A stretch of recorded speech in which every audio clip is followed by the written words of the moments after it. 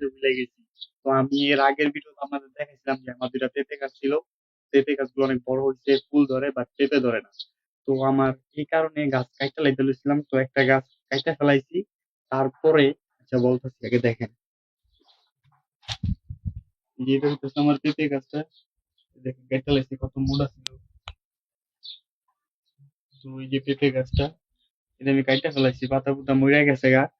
তো এই পেঁপে গাছটা কাটার পরে আমার যে আরেকটা পেঁপে গাছ ছিল, আমি দেখি যে ওই পেঁপে গাছটা পেঁপে ধরছে মাশাল্লাহ।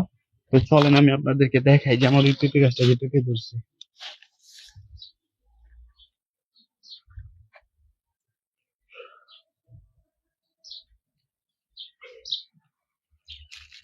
তো এই যে দেখতেই পারতেছেন আমার আরেকটা যে পেঁপে গাছ ছিল, ওটার ভিতরে মাশাল্লাহ পেঁপে ধরছে।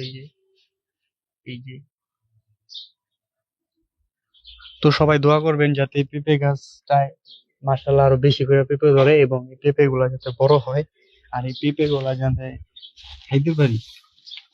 তো সবসময় তো আর সবার হাতে হয় না। তো আমার এই গাছগুলা আমার হাতে হয়েছিল, বাট কি কারণে জানি পেঁপে ধরে নাই। তো এবার ধরছে একটা গাছে। তো এই কারণে লাখ লাখ শুক্রিয়া আল্লাহর কাছে।